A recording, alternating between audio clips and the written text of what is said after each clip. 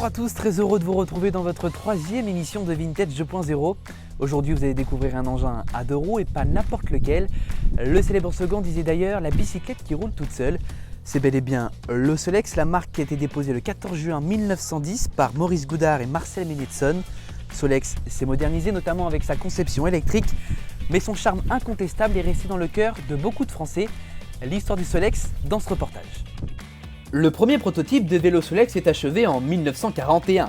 Après quelques années de tests et de mise au point, la marque commercialise en 1946 son premier modèle. La cylindrée du moteur est portée à 45 cm3. À partir de 1954, les modèles sont définis par des numéros. Le Solex 330 et 660 sortiront en 1956, ainsi qu'en 1957 le Solex 1010. A noter qu'en 1947, BP crée la Solexine, ce mélange essence plus huile, qui a été spécialement conçu pour les véhicules de la marque Vélo Solex. En 1960, révolution avec l'embrayage automatique à centrifuge. En l'espace d'une dizaine d'années, entre 1960 et 1970, la marque sortira 4 modèles différents, à savoir le 1700, le 2200, le 3300 et puis enfin le 3800. En 1971, Solex sort le 5000 en parallèle du 3800, version équipée de petits trous de 16 pouces.